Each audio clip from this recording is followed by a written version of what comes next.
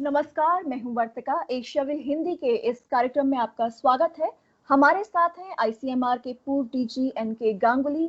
N K Ganguly ji को virology में एक लंबा अनुभव है और भारत में सार्स, H1N1, जापानी एनकेफेलाइटिस जैसे बड़ी वायरस बीमारियों को इन्होंने संभालने में भारत की मदद की है। साथ ही भारत में एडवांस्ड वायरोलॉजी लैब्स को एस्टेब्लिश करने में इनका बड़ा हाथ रहा है।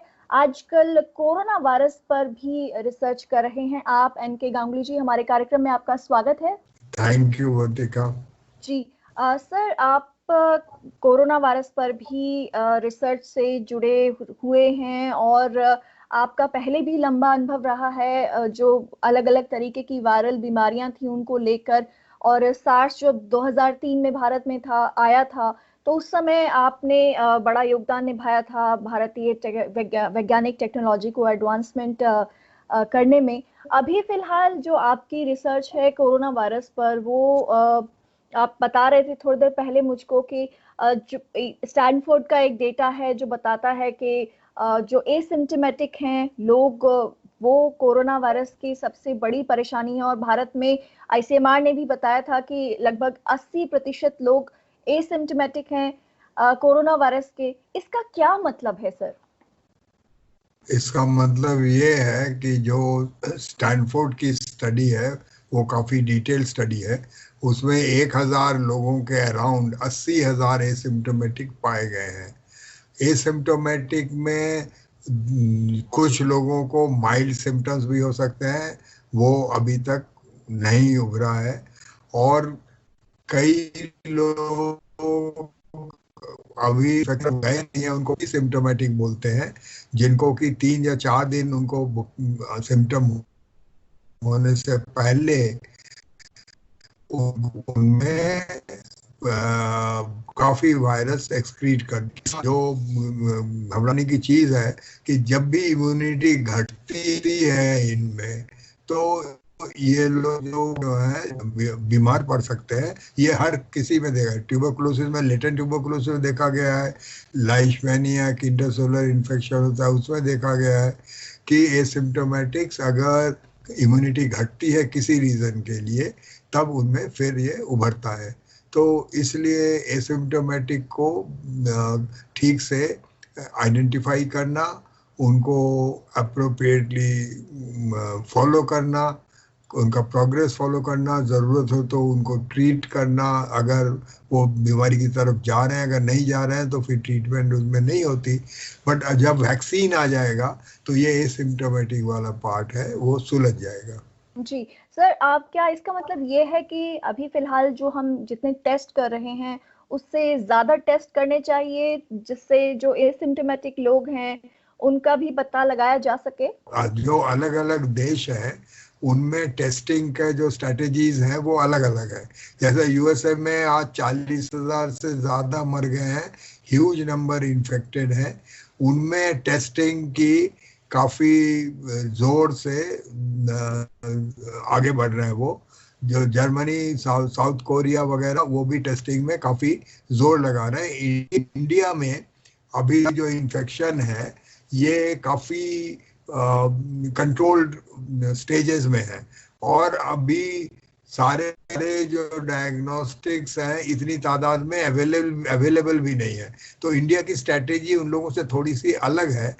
2 तरह का के लिए 2 चीज़ों के टेस्ट किया जाता है, एक डायग्नोसिस के लिए, एक कंट्रोल के लिए।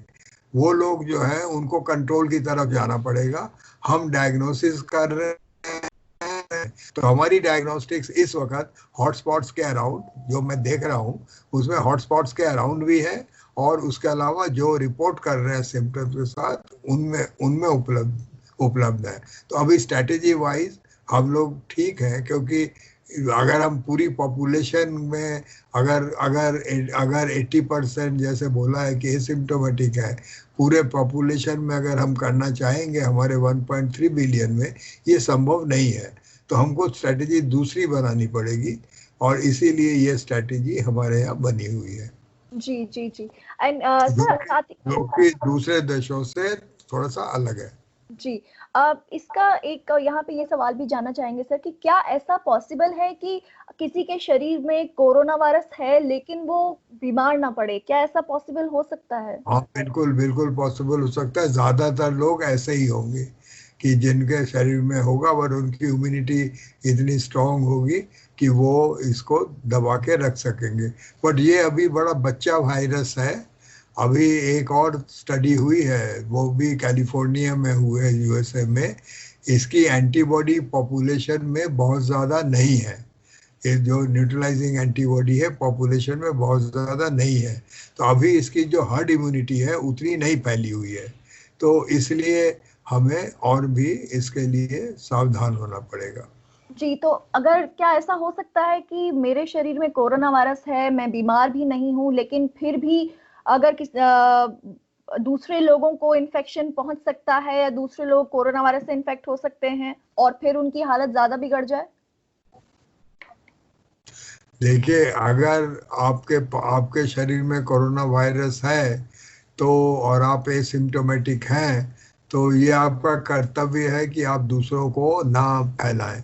तो आपको मास्क पहनना चाहिए, और जितने जी भी एहतियात हैं जो कि फोमाइट जी वगैरह से फैलती है, वो सारी चीजें आपको लेनी चाहिए। जी, हो लेकिन सर सकता अगर है मुझे पता ही नहीं होगा, क्योंकि अगर एसिम्टोमेटिक है, उसको पता ही नहीं, नहीं होगा कि उसके वो शरीर में कोरोना वायरस है। वो ऐसे पता चलता है कि अगर केसेस हैं, हमारे यहाँ पर अभी मास स्क्रीनिंग नहीं है, लेकिन सर्विलेंस जरूरत है।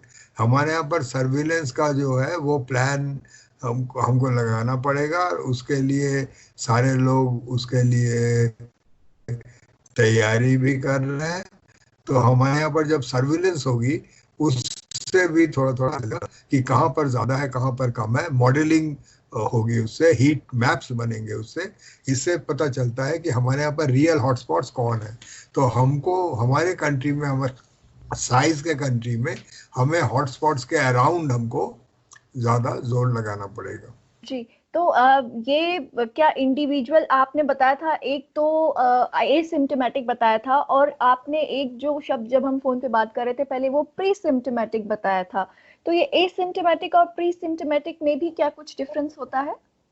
मतलब एसिम्टोमेटिक जो होगा उसको बिल्कुल भी सिम्टम नहीं होंगे, लेकिन जो प्री सिम अगर अगर उसको हुआ भी, इमिनेंट अभी सिम्टम उसको उसमें होने की गुंजाइश कम है।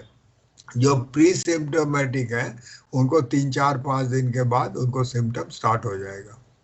जी जी बट जी, वो भी काफी वायरस एक्सक्रीट करेंगे। वो भी वायरस तो ऐसे, एक्सक्रीट कर सकते हाँ, हैं। तो एसेंशियली जो भी एसिम्टोमेटिक होते हैं, जो केसेस के अराउंड हॉटस्पॉट्स में, उनको फिर ऑब्जर्वेशन में रखा जाता है, और उनको हिदायत दी जाती है कि उनको अगर ऐसा कोई सिम्टम आए तो वो कांटेक्ट करें और अपने को आइसोलेट करें।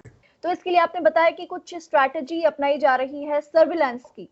तो ये सर्विलांस की स्ट्रैटेजी किस तरीके से काम करेगी सर, इस बारे में प्लीज जरा बताइए। सर्वेलेंस ये होता है कि हमारे यहाँ पर इन्फ्लुएंजा सर्वेलेंस 9 जगहों पर हो रही थी, और 19 जगहों में कैपेबिलिटी थी होने की। तो उन्हीं सेंटर्स को यूज किया जा सकता है सर्विलेंस के लिए। इसे सेंटिनल सर्विलेंस बोलते हैं।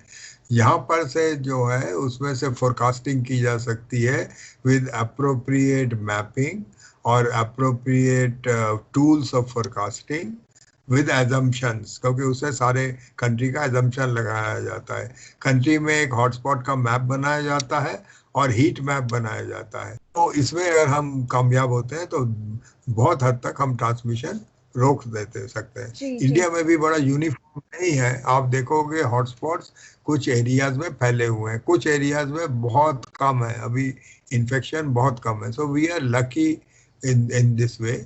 और हमारे इसीलिए हमारी स्ट्रैटेजी अभी जो है, मुझे कोई उसमें गलती लगती नहीं है, क्योंकि यही हम हमारे साइज के कंट्री में यही कर सकते हैं।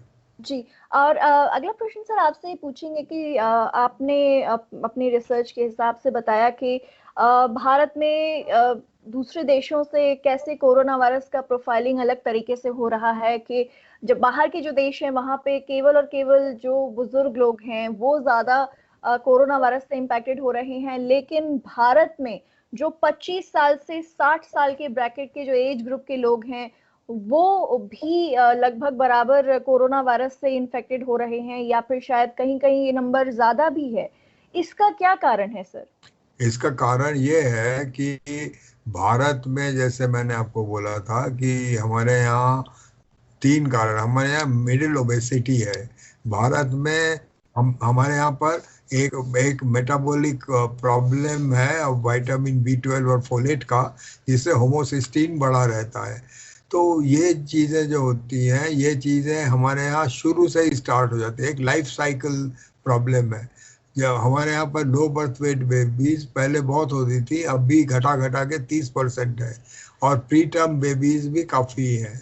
और IUGR जो है, इंट्रायूराइन ग्रोथ रिटार्डेशन का, जो जो हमारे पास गांव के लेवल में हमारे पास पुख्ता नहीं है। तो इन चीज़ों के लिए जो बच्चे पैदा होते हैं, दे आर डिसएडवांटेज, उनमें ज़्यादा डायबिटीज़ और ये सब होता है। तो इसीलिए दिस इज प्रोफाइल इसलिए डिफरेंट है कि अंडरलाइंग कंडीशन हमारे यहाँ पर यंगर एज से स्टार्ट होता है। ये अंडरलाइंग कंडीशन हमारे यंग पॉपुलेशन में ओबेसिटी, डायबिटीज, हाइपरटेंशन वगैरह ज़्यादा होता है दूसरे, because of the middle obesity और because of the metabolic syndromes जो हमारे बचपन से पैदाइशी हमको मिलता है उसमें। और इसलिए ये किसी को छोड़ता नहीं है। तो बड़ों में अंडरलाइंग सिंड्रोम ज़्यादा होता है, उनमें होता ही है। और हमारे यहाँ पर यंगर एज में अंडरलाइंग कंडीशंस हैं, इसलिए हमारे यंगर एज वाले भी इसके चपेट में आ जाते हैं। बट इम्यूनिटी जो है वो अभी किसी भी पॉपुलेशन में ज़्यादा नहीं है। ये एक नया वायरस है, तो ये जो वायरस नया होने के कारण अभी हर्ड इम्यूनिटी वगैरह बनना शुरू हुआ है। तो जी अभी जो रिसेंटली यूनाइटेड स्टेट्स में काम हुआ है, उसमें ज़्यादातर लोगों में एंटीबॉडी नहीं है, जी जी इसलिए जी वहाँ पर इम्यूनिटी नहीं है। जी। तो क्या कई लोग ऐसा कह रहे हैं कि हर्ड इम्यूनिटी ही कोरोना वायरस का एक आखिरी इलाज है। आप इस पर क्या कहेंगे सर? इसमें ये कहेंगे कि कई वायरसेस होते हैं नॉर्मली, उनमें अगर एक बार इन्फेक्शन हो जाए तो लाइफ लॉन्ग इम्यूनिटी होती है और हर्ड इम्यूनिटी भी अच्छी होती है।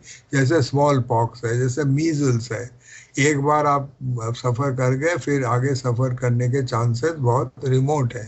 लेकिन अभी हालांकि वायरस बहुत यंग है, अभी उस तरह से हर्ड इम्यूनिटी बिल्डअप नहीं हुई है, जैसे कि लोगों ने पॉपुलेशन एंटीबॉडीज देखी हुई है। अब धीरे धीरे बिल्ड होगा और हर्ड इम्यूनिटी होने की गुंजाइश काफ़ी ज़्यादा है, क्योंकि ये वायरस जो एरोसोल हिसाब से फैलता है और जिस तरह से एसिम्प्टोमेटिक्स हैं, इनकी बुराइयां भी हैं, बट ग्रेजुअली हो सकता है कि हमारे यहाँ पर हर्ड इम्यूनिटी भी पैदा हो जाए।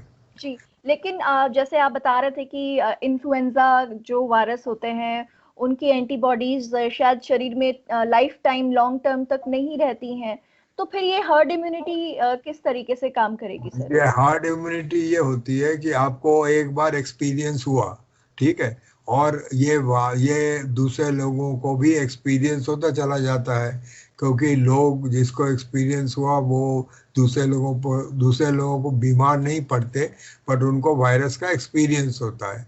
तो इसलिए उनमें फिर इम्यून रिस्पॉन्सेस स्टार्ट हो जाता है, बिकॉज ये एक फॉरेन ऑब्जेक्ट है वायरस। उसके बाद जब उनको रिपीटेड एक्सपीरियंस होता है, उसी कम्युनिटी में घूम रही है वायरस, उनको उनको फिर धीरे धीरे वो बिल्डअप होता रहता है। तो इस तरह से हर्ड इम्यूनिटी फैलती है। इन्फ्लुएंजा में भी हर्ड इम्यूनिटी होती है, जो दूसरे निमोनिया कॉजिंग ऑर्गेनिज्म है, जैसे स्ट्रेप्टोकोकस निमोनी, एच फ्लू भी, इनमें भी ये वैसे बैक्टीरिया है, बट इनमें भी हर्ड इम्यूनिटी होती है। कॉलेरा में हर्ड इम्यूनिटी होती है, बट हर्ड इम्यूनिटी बिल्टअप करने के लिए थोड़े से वक्त की ज़रूरत है। ये तो वायरस अभी 2-3 महीने पुराना वायरस है। जी, तो अभी फिलहाल हम कोरोना वायरस को लेकर हर्ड इम्यूनिटी पर नहीं डिपेंडेंट रह सकते हैं। अब धीरे धीरे बिल्टअप करेगा, हर्ड इम्यूनिटी वैक्सीन आ जाएगी तो बहुत अच्छा डेवलप करेगा। जी जी जी। अब हम बात कर रहे थे सर मोर्टेलिटी रेट की, कि आप बता रहे थे कि आईसीयू में जो कोरोना वायरस का मोर्टेलिटी रेट है वो 30 से 35% का है, जबकि वेंटिलेटर पर 70 से 80% का मोर्टेलिटी रेट है। इसका क्या कारण है सर, इस बारे में इस जरा बताइए। इसका कारण ये है कि ये मल्टी ऑर्गन को अटैक करता है। ये करता है, लंग्स को अटैक करता है। लंग्स में ऐसा निमोनिया करता है जो डिफ्यूज होता है और इंटरस्टिशियल होता है। सांस लेने में काफ़ी तकलीफ होती है। दूसरे निमोनिया में इतनी तकलीफ नहीं होती है। इसमें ऑक्सीजन काफ़ी प्रेशर के साथ देना पड़ता है। उसके बाद इसमें मायोकार्डाइटिस होता है जो कि कार्डियक इन्फ्लेमेशन होता है। इसमें किडनी इन्फ्लेमेशन होता है। इसमें गैस्ट्रोइंटेस्टाइनल वो होती है सिम्टम। इसमें लिवर अफेक्टेड होता है और इसमें रैशेस भी होती हैं। तो ये एक मल्टी ऑर्गन, बाद में ये सेप्टिसीमिया करता है जिसमें मल्टी ऑर्गन फेल्योर होती है। तो ये एक भयानक वायरस है। ये जितने दूसरे ऑर्गन्स को अटैक करता है, इनका तो कईयों का कोई इलाज ही नहीं है। जी जी जी। तो इसमें क्या आमतौर पर जो वेंटिलेटर होता है उसका प्रयोग से फिर कोरोना वायरस में क्यों हम ज्यादा मोर्टेलिटी रेट देख रहे हैं वेंटिलेटर पर सर? तो वेंटिलेटर पर इसलिए हम देख रहे हैं कि जब ये सीवियर इन्फ्लेमेशन हो जाता है, बहुत ही सीवियर इन्फ्लेमेशन हो जाता है, और जब आदमी वेंटिलेटर लगाने के बाद भी सांस नहीं ले पाता, या उसकी किडनी फेल हो जाती है, या उसका हार्ट जवाब दे जाता है, तो इसमें इसमें डेथ होती है। लेकिन ये शायद घटेगा जब हमारी दवाइयाँ ठीक हो जाएंगी, ठीक ठाक आ जाएंगी, हम दवाइयाँ दे सकेंगे। और वेंटिलेटर में भी सुधार हो रहे हैं कि नए डिज़ाइन बन रहे हैं जिसमें कि प्रेशर से ज़्यादा ऑक्सीजन दिया जा सके। अगर वो पर्सन नहीं ले पा रहा है तो इस तरीके से वो ऑक्सीजन ले सकता है। तो जैसे डेवलपमेंट बढ़ेंगे वैसे हमारा मोर्टेलिटी घटता जाएगा। जी जी बिल्कुल। और आप बता रहे थे कि हमारे देश की जो अभी स्ट्रैटेजी है वो को हॉटस्पॉट्स की पहचान की है, और लेकिन अभी तो लॉकडाउन चल रहा है, और फिर लॉकडाउन खुलने के बाद क्या स्ट्रैटेजी होनी चाहिए? साथ ही में जैसे हम बात कर रहे थे कि यंग तो, पॉपुलेशन भी तो, प्रोन है भारत में कोरोना वायरस की, तो तो क्या लॉकडाउन खुलने के बाद ज्यादा वो इम्पैक्टेड नहीं होगी कोरोना वायरस से? देखिए, जो हम हमारे यहाँ तो अभी खुला नहीं है तो हमको पता नहीं चल रहा है, लेकिन जहाँ खुला है, जी जैसे वुहान में एकदम से लोग बाहर भागना शुरू हो गए, तो वुहान में फिर से थोड़ा सा इन्फेक्शन स्टार्ट हो गया। सिंगापुर ने बिल्कुल एकदम से खोल दिया, तो वहाँ पर भी स्टार्ट हो गया।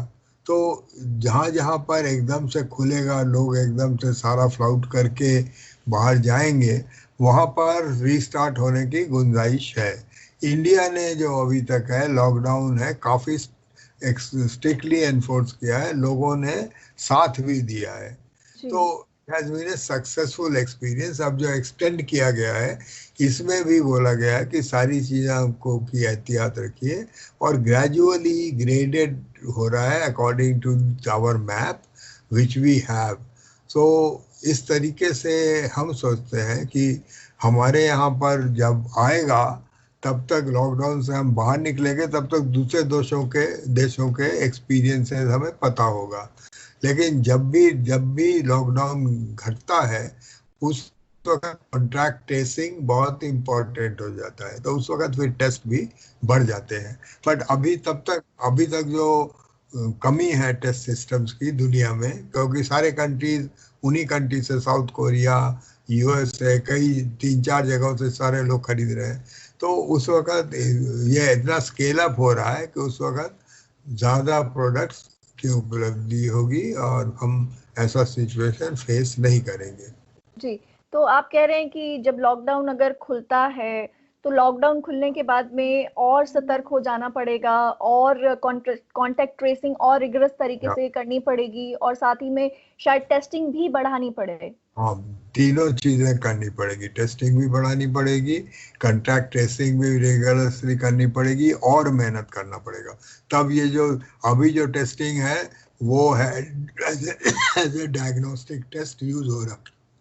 उस वक्त जो टेस्टिंग है वो कंट्रोल के लिए की जाएगी, तो इसलिए, और टेस्टिंग फिर सर्विलेंस के लिए भी की जाती है। तो इन चीज़ों से हमारे आंकड़े निकलेंगे। इसमें भी मॉडलिंग वगैरह में भी हम धीरे धीरे बेहतर होते जा रहे हैं, तो इसका भी हमें फ़ायदा होगा। जी जी जी। आप और साथ ही में आप कुछ दवाइयों की बात कह रहे थे कि कोरोना वायरस में अब अभी तक जो कुछ सर्वे हैं, कुछ जो रिसर्च हैं, वो कहती हैं कि अभी तक ये 100% नहीं कहा जा सका है कि कोई पर्टिकुलर दवाई ने काम किया है। ज्यादातर मामलों में ये कहा जा रहा है कि जो इम्यूनिटी है बॉडी की, खुद उसी ने साथ दिया और वो पर्सन रिकवर कर गया। लेकिन फिर भी आप कुछ दवाइयों के बारे में बता रहे थे, जैसे रेमडेसिविर और हाइड्रोक्सीक्लोरोक्विन और एरिथ्रोमाइसिन के बारे में, कि वो किस तरीके से कोरोना वायरस को रोकने में मददगार साबित हो सकती हैं। जैसे जैसे जो हाइड्रोक्सीक्लोरोक्विन है, ये 3 तरीके से काम करती है कोरोना वायरस पर। एक तो ये काम करती है कि ये जो एस टू रिसेप्टर है, इसका ग्लाइकोसिलेशन ये रोकती है, तो इस तरह से ये अंदर नहीं जा पाता। उसी तरह से जो CD147 है, ये जो दूसरा रिसेप्टर है, उसको भी ये अंदर नहीं जाने देता। हाइड्रोक्सीक्लोरोक्विन रूमेटॉइड आर्थराइटिस और SLE, 2 ऑटो इम्यून डिसऑर्डर्स हैं, उसमें भी यूज़ करते हैं, क्योंकि ये ऑटो इम्यून डिजीज या खराब इम्यून रिस्पॉन्स को घटाता है। तो यहाँ पर भी इसीलिए ये भी थोड़ा इन्फ्लेमेशन भी घटाता है। लेकिन इसमें प्रॉब्लम है कि अगर इसको अनसुपरवाइज दिया जाए तो जो हार्ट के मरीज होते हैं उनको एरिथमियाज होती है, डेथ हो सकता है, हुई भी है। और कुछ लोगों को जिनको रेटिना प्रॉब्लम होता है, उनको उनकी आंखें भी जा सकती हैं। इसलिए हाइड्रोक्सीक्लोरोक्विन जो मलेरिया के लिए काफ़ी अनसुपरवाइज दिया जाता था, इसके लिए अनसुपरवाइज नहीं दिया जा सकता, क्योंकि इसको थोड़ा सा ज़्यादा देना पड़ता है दिन, एंड इसमें अंडरलाइंग कंडीशन वाले लोग ज़्यादा होते हैं, तो हमें सावधानी से देना पड़ेगा। उसी तरह से रेमडेसिविर जो है, वो वायरस को RNA सिंथेसिस रोकता है, उसके बाद उसकी एडिटिंग रोकता है, तो इस तरह से वायरस ज़्यादा म्यूटेट नहीं कर पाती। और इसमें जो साइड इफ़ेक्ट है थोड़े से कम है, लेकिन कोई भी एंटीवायरल है उनमें थोड़े साइड इफ़ेक्ट्स होते ही है, नौशिया, वॉमिटिंग वगैरह। तो ये वाला पार्ट इसमें देखने की ज़रूरत है। इसीलिए जो स्ट्रैटेजी जैसे टेक्लिज़ुमैब है, ये इम्यून रिस्पॉन्स को दबाता है और इन्फ्लेमेशन को दबाता है। लेकिन इसमें क्या होता है कि कभी कभी ट्यूबरकुलोसिस जो लेटेंट होती है वो एक्टिवेट हो सकती है, कैंडिडा जो लेटेंट इन्फेक्शन होता है वो एक्टिवेट हो सकती है। तो इसको जब भी देते हैं तो बहुत ही गहरे सुपरविजन के साथ देना पड़ेगा, क्योंकि जैसे कोई अगर इसमें जो लेटेंट इन्फेक्शंस एक्टिवेट होते हैं उनको हमें दबाना पड़ेगा। लेकिन जो सबसे बड़ी चीज़ अभी चल रही है कि आप जनरली इनेट इम्यूनिटी को बढ़ाइए। उसके लिए जो BCG ट्रायल्स हैं, जो MW ट्रायल्स हैं, वो चल रहे हैं। BCG ट्रायल अब काफ़ी कंट्रीज में चल रही हैं, इंडिया में भी हमारे यहाँ पर प्रिवेंशन के लिए दी जा रही, जो स्टीफन कॉफमैन का था, जो सीरम इंस्टीट्यूट बना रही थी, और कैडिला का जो MW वैक्सीन है, जो सेप्टिसीमिया में कामयाब हुआ है और ड्रग कंट्रोलर ने उसे अलाउ किया है, उसकी भी ट्रायल चल रही है। तो इन चीज ट्रायल अभी अप्रूव हुई है, बट ये अभी सारे नेसेंट स्टेज में है, हमें पता चलेगा ये कितना कारगर होगा। लेकिन जो प्रोबायोटिक्स है, जो कि इम्यूनिटी को बूस्ट करते हैं, प्रोबायोटिक्स भी कई कंट्रीज में दी जा रहे हैं जिससे कि इम्यूनिटी बूस्ट करे। और कुछ जो आयुष टाइप के ड्रग्स हैं जो कि एंटीऑक्सीडेंट्स हैं या फ्री रेडिकल्स को मॉप करते हैं, टॉक्सिन्स को मॉप करते हैं, वो भी ट्रायल में हैं और उनका भी फायदा हो सकता है। कुछ एंटी हाइपरटेंसिव ड्रग हैं जो कि ACE2 इनहिबिटर में काम करते हैं, जैसे लोसार्टान है, ये लोगों को ब्लड प्रेशर में दिया जा सकता है। ये भी इन एडिशन दिया जाता है टू ACE2 इनहिबिटर को कंट्रोल करने के लिए। जी जी जी। डॉक्टर अनकी गांगुली, आपसे आपसे जब थोड़ी देर पहले बात हो रही थी तो आप बता रहे थे कि हाइड्रोक्सीक्लोरोक्विन और एरिथ्रोमाइसिन के काफी एक्साइटिंग नतीजे सामने आए हैं, और रेमडेसिवियर आप बता रहे थे कि सबसे ज्यादा अभी फायदेमंद होती दिखाई देती है। इस बारे में जरा बताइए प्लीज। जैसे जैसे अभी जो इटली में 1064 का आया है, जो पेशेंट्स का रिजल्ट आया है, उसमें हमने देखा है कि ये 92% कामयाब है, 4.2% में सीवियर में चला जाता है। बट 92% कौन सी वाली दवाई की बात? ये जो हाइड्रोक्सीक्लोरोक्विन है अच्छा। और एजिथ्रोमाइसिन विद जिंक, ये काफी बड़ी चीज है। 92% छोटा नहीं है, बट जो सबसे बड़ी चीज है कि इसमें वायरस कल्चर भी किया गया है और RT-PCR भी लगाया गया है, और इसमें जो वायरस है 5 से 7 दिन में एलिमिनेट हो जाता है, जो कि नॉर्मली 20 से 37 दिन लगते हैं। तो ये एक बहुत बड़ी चीज है, और कंट्रोल के साथ इसमें कंट्रोल ग्रुप्स थे, तो ये बड़ी अच्छी चीज है। रेमडेसिविर में म्यूटेशन ही नहीं हो पाता, बिकॉज ये प्रोटीएज इनहिबिटर नहीं है दूसरे ड्रग्स के तरह, तो इसमें म्यूटेशन भी नहीं होता, और ये वायरस को रेप्लिकेट ही नहीं होने देता। और इसमें एसएईज थोड़े से गैस्ट्रोइंटेस्टाइनल एसएईज हैं, ज़्यादा एसएईज इसमें नहीं है अभी। सो इसलिए जो ड्रग्स हैं जिनमें एसएईज हैं, जैसे टेक्लिजोमैब में एसएईज हैं, काफ़ी एसएईज हैं। एसएईज तो होने से क्या फर्क मैंने पड़ता है? एसएईज होता है, मैंने इसको बोलते हैं सीवियर एडवर्स इवेंट्स। तो सीवियर एडवर्स इवेंट्स का मतलब ये होता है कि जो भी ये दवाइयां हैं ये सुपरविजन में खानी चाहिए, ये आदमियों को सेल्फ मेडिकेट नहीं करना चाहिए। सेल्फ मेडिकेट करने में खतरा है, और जितनी अर्ली आप इसको देख ले सके उतना अच्छा है।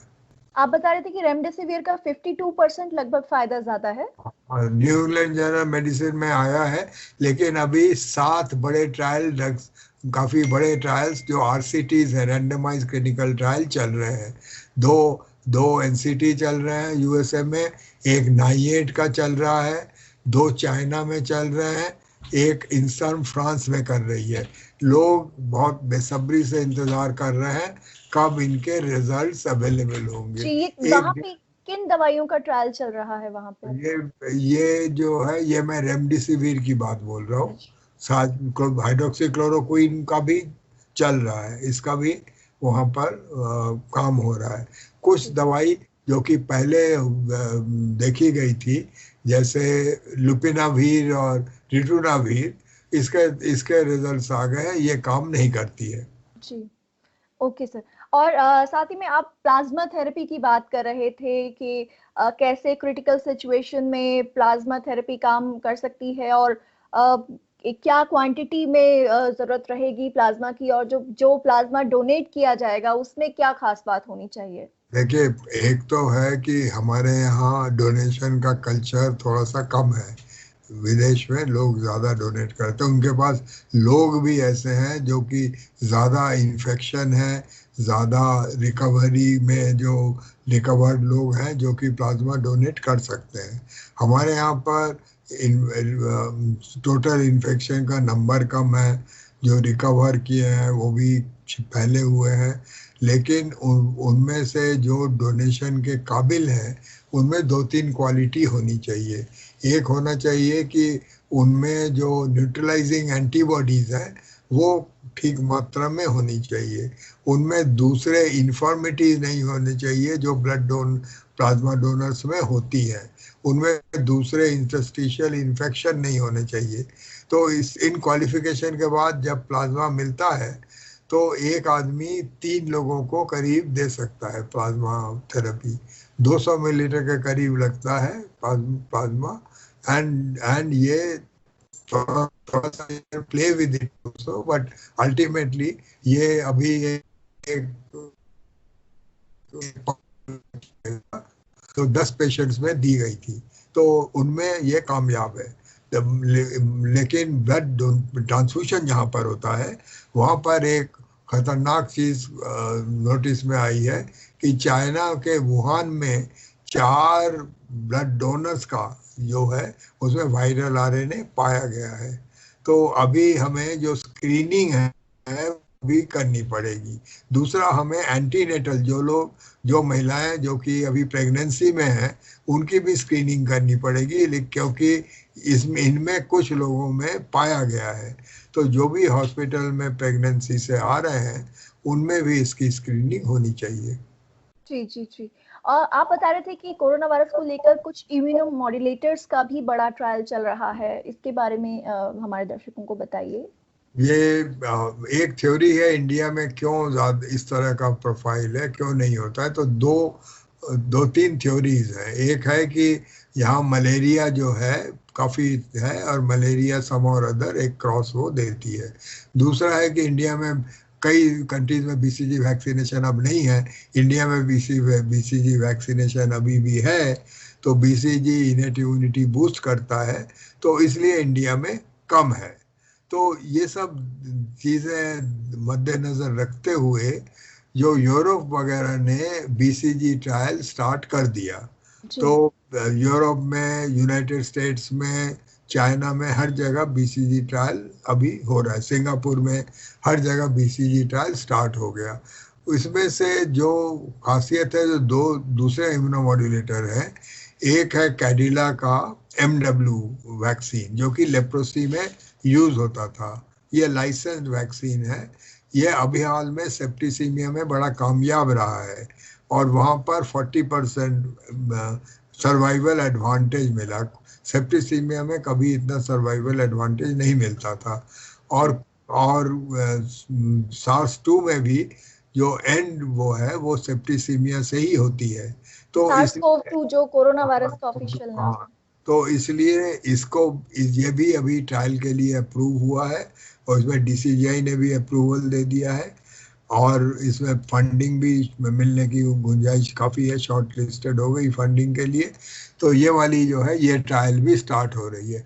उसके अलावा इंडिया में एक नया वैक्सीन बनाने की वो थी, तो जर्मनी में मैक्स प्लांक में एक स्टीफन कॉफमैन नाम के इम्यूनोलॉजिस्ट होते थे।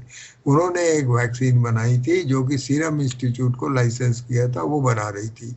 तो अभी जो सीरम इंस्टीट्यूट वाली जो वैक्सीन है वो भी इंडिया में अब वो ट्रायल में जा रही है। जी सर। सर आप फेविपिराविर के बारे में भी बता रहे थे कि फेविपिराविर कैसे कोरोना वायरस को थामने में मदद कर सकती है या फिर कितनी सेफ है ये।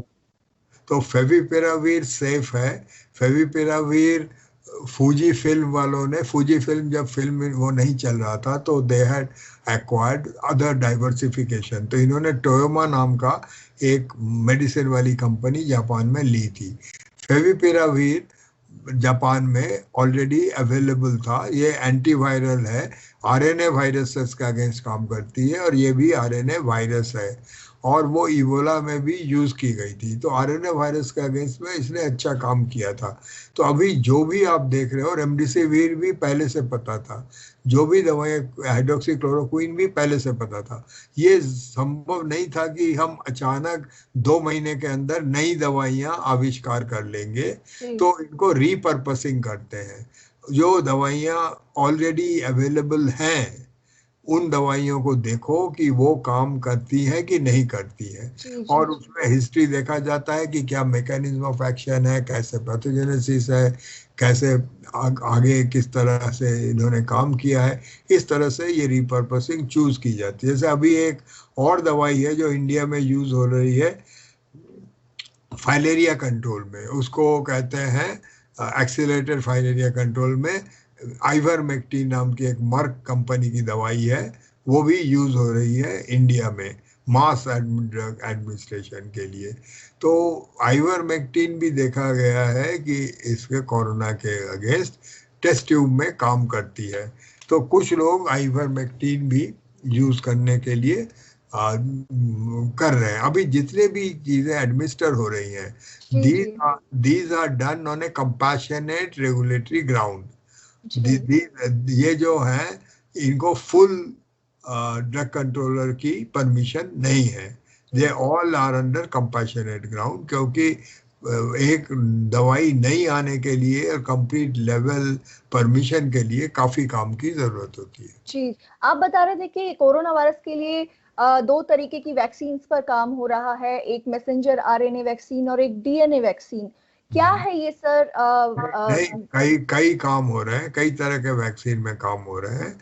और मेजर वैक्सीन में काम हो रहा है यूनाइटेड स्टेट्स में, यूरोप में, जर्मनी में, ब्रिटेन में, साउथ कोरिया में एंड इंडिया में। सो इनमें जो अभी स्टेज 1 और स्टेज 2 में पहुंचे हैं, उनमें messenger RNA and DNA vaccine are prominent. एक और वैक्सीन की ट्रायल चल रही है जिसको कि वायरस लाइक पार्टिकल बोलते हैं। तो वायरस लाइक पार्टिकल में दो जो एचपीवी वैक्सीन थी वो वायरस लाइक पार्टिकल में ही थी, जो कि सर्वाइकल कैंसर की वैक्सीन थी। तो ये कामयाब प्लेटफॉर्म है। इस प्लेटफॉर्म को नोवावैक्स नाम की कंपनी है जिसका कैडिला के साथ पार्टनरशिप है, जिसको सीपीवी बायोलॉजिकल्स बोलते हैं, अहमदाबाद में है। तो इन्होंने इस प्लेटफॉर्म पर influenza vaccine, seasonal influenza vaccine और H1N1 वैक्सीन बाजार में उतारा है, और एक रेबीज सब यूनिट वैक्सीन भी बाजार में उतारने की तैयारी में है। तो ये जो लोग हैं, इन्होंने कोरोना वायरस का एक वैक्सीन बना लिया है, कोव-2 का वैक्सीन बना लिया है। ऑस्ट्रेलिया में उसकी ट्रायल चल रही है। तो ये भी, इसके भी कामयाबी के काफी गुंजाइश है, क्योंकि ये कामयाब प्लेटफॉर्म है, ऑलरेडी ऐसे वैक्सीन मार्केट में है। इसके अलावा जो जाइडस कैडिला है, वो जाइडस कैडिला और कैडिला में फर्क है। जाइडस कैडिला है वो बना रही है एक वैक्सीन जो कि मीजल्स प्लेटफॉर्म में है। फिर एक वैक्सीन ऐसी बन रही है कि जो डिलीशन म्यूटेंट है, जो कि सीरम इंस्टीट्यूट वगैरह बना रहे हैं, जो एटीन्यूएटेड वैक्सीन है। इसलिए कई प्लेटफॉर्म्स वैक्सीन की बन रही है, बट दो वैक्सीन जो तेजी से आगे बढ़ रहे हैं, 3 वैक्सीन जो तेजी से आगे बढ़ रहे हैं और फेज 1 से फेज 2 की तरफ जा रहे हैं, उनको मैंने आइडेंटिफाई किया।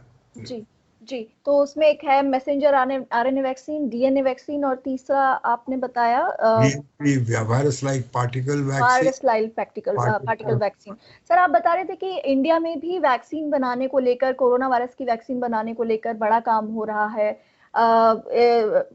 डॉक्टर गांगुली, आपसे चाहेंगे कि इस बारे में भी आप हमें जानकारी दीजिए कि भारत की लैब्स पहले तो कितनी तैयार हैं कोरोना वायरस की वैक्सीन को बनाने के लिए, और दूसरा ये कि भारत में क्या क्या काम हो रहे हैं कोरोना वायरस की वैक्सीन पर। एक्चुअली जो भारत है, ये एक बहुत बड़ा वैक्सीन पावर बन रहा है। जैसे serum institute 80 to 90% total world की जो रिक्वायरमेंट है मीजल्स वैक्सीन की, वो पूरी करती है। उसी तरह से सीरम इंस्टीट्यूट जितना भी रूबेला वैक्सीन है साउथ अमेरिका की ज़रूरत है, वो पूरी करती है। भारत में नए वैक्सीन भी ईजाद हुए हैं, जैसे भारत बायोटेक है, उसने जो रोटा वायरस वैक्सीन है, नया रोटा वायरस वैक्सीन वो बनाया है। जो अफ्रीका में जो मीजल्स का जो महामारी था, मीजल्स का मेनिंजाइटिस का जो महामारी था, वो सीरम इंस्टीट्यूट जो वैक्सीन बनाती है वो वहाँ पर गई है। जैसे मैंने बोला, कैडिला ने वर्ल्ड का सबसे पहले सब यूनिट रेबीज वैक्सीन इंडिया में बनाया है। तो जब ये सारी चीज़ें यहाँ पर हैं, तो इंडियन वैक्सीन कंपनीज भी खासकर उतरेंगी वैक्सीन बनाने में, और जितने हमारे फंडिंग एजेंसीज हैं वो उनको सपोर्ट कर रहे हैं, वो उनको ग्रांट्स दे रहे हैं कि आप वैक्सीन बनाइए। और जो अभी इम्पोर्टेंट वैक्सीन हैं, एक तो कैडिला का VLP वैक्सीन है, वायरस लाइक पार्टिकल वैक्सीन है, नोवावैक्स ने बनाया हुआ है उसको, क्योंकि दोनों पार्टनर्स हैं, तो ये इंडिया में भी आएगी। ऑस्ट्रेलिया में ट्रायल चल रहा है, इंडिया में ड्राइंग बोर्ड में है ट्रायल। जिनोवा नाम की एक पुणे में कंपनी है, वो मैसेंजर आरएनए वैक्सीन बना रही है, प्रूफ ऑफ कंसेप्ट हो गया है। उसमें उन्होंने ये भी मोनोक्लोनल एंटीबॉडी से देखा है, NIH में एनिमल एक्सपेरिमेंट्स भी किए हैं, तो उनको ये लगे, उनके पास एडजुवेंट्स भी है जो कि लिपिड आयरन ऑक्साइड एडजुवेंट है, और ग्लास नाम का एक एडजुवेंट है जो कि ये खुद बनाते थे। तो ये भी काफी तेजी से आगे बढ़ रहे हैं। जी, उसी साथ ही में आप बता रहे थे कि कुछ लैब्स भी जो इस तरीके की वैक्सीन बनाने के लिए कुछ स्पेशलाइज्ड लैब्स चाहिए होती हैं, हाई सिक्योरिटी वाली लैब्स, उनकी स्पेसिफिकेशंस तो क्या होती है? तो नॉर्मली अगर आप चैलेंज एक्सपेरिमेंट करना चाहो तो BSL-3 में बायोसूट पहन के करना पड़ेगा या BSL-4 में करना पड़ेगा। लेकिन कुछ इंडियन कंपनीज हैं जैसे जिनोवा है, वो जो एनिमल चैलेंज स्टडीज है वो USA में कर रही है, NIH ने उसको अलाउ किया हुआ।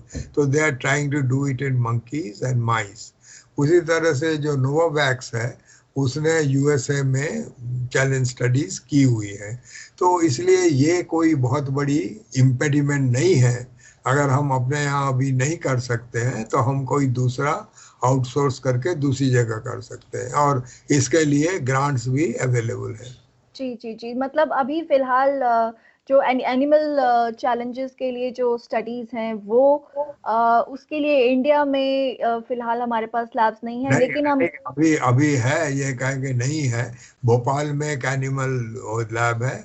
उसके बाद NIV के पास भी BSL-4 में 3 में एनिमल चैलेंज लेबोरेटरीज है।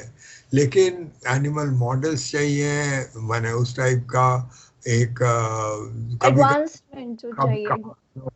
और इसके लिए स्पेशलाइज्ड एनिमल मॉडल्स होते हैं, स्पेशलाइज्ड एसेज भी होते हैं।